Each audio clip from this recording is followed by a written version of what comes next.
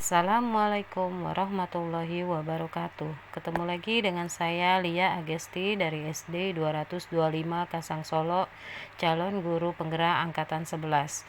Kali ini kita akan membahas mengenai koneksi antar materi, kesimpulan dan refleksi modul 1.1. Kita masuk bagian yang pertama, yaitu apa yang saya percaya tentang murid dan pembelajaran di kelas sebelum pembelajaran modul ini. Sebelum mempelajari modul ini, saya percaya bahwa 1. Pendidikan hanya sebuah pengajaran di mana sekadar mentransfer ilmu saja kepada siswa tanpa adanya proses menuntun dalam setiap kegiatannya di kelas. 2. Pendidikan lebih berfokus pada akademis dan teknis sehingga guru lebih berpusat pada penyelesaian kompetensi. 3. Saat pembelajaran di kelas, guru lebih banyak menggunakan teacher center learning dan hanya sedikit melibatkan peserta didik. Misalnya seperti menggunakan metode ceramah pada saat mengajar. Selanjutnya yang keempat yaitu pembelajaran terbaik adalah dilakukan di dalam kelas dengan tujuan siswa lebih berkonsentrasi pada pelajaran, tetapi nyatanya siswa lebih monoton dan terasa bosan saat belajar di kelas. Dan yang kelima yaitu guru harus selalu di depan, guru harus paling tahu dan mentransfer pengetahuan kepada siswa tanpa melibatkannya dalam pencarian konsep pengetahuan tersebut. Selanjutnya, apa yang berubah dari pemikiran atau perilaku saya setelah mempelajari modul ini? Perubahan pemikiran atau perilaku saya setelah mempelajari modul ini. Saya tersadar bahwa 1. Pengajaran adalah bagian dari pendidikan, yang mana pendidikan adalah menuntun kodrat yang ada pada anak agar mencapai keselamatan dan kebahagiaan setinggi-tingginya, baik sebagai manusia maupun anggota masyarakat.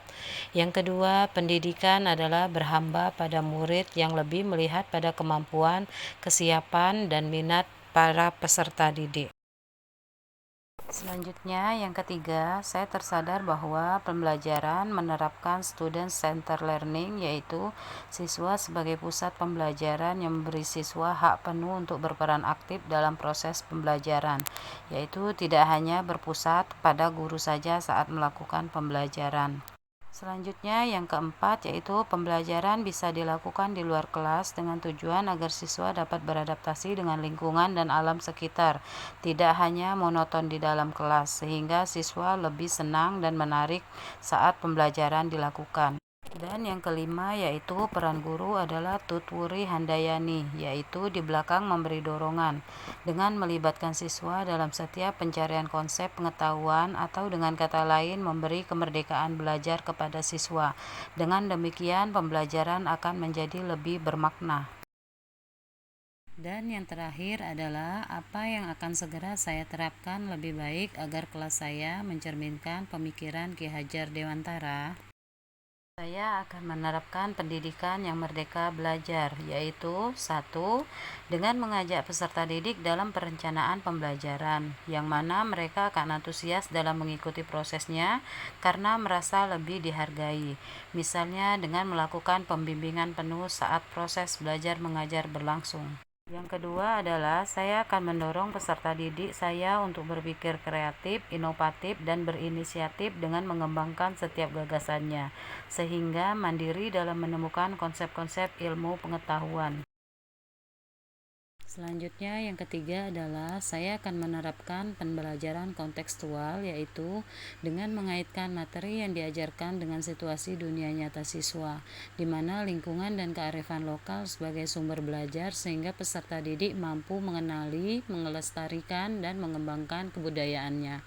Selanjutnya yang keempat yaitu dengan menanamkan pendidikan budi pekerti dengan melakukan pembiasaan seperti berdoa setiap sebelum dan sesudah pembelajaran serta penerapan 5S yaitu senyum, sapa, salam, sopan, dan santun.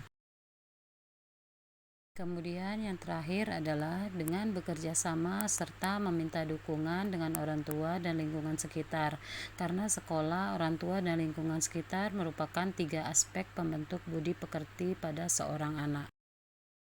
Demikianlah pembahasan kita hari ini. Terima kasih, semoga bermanfaat. Wassalamualaikum warahmatullahi wabarakatuh.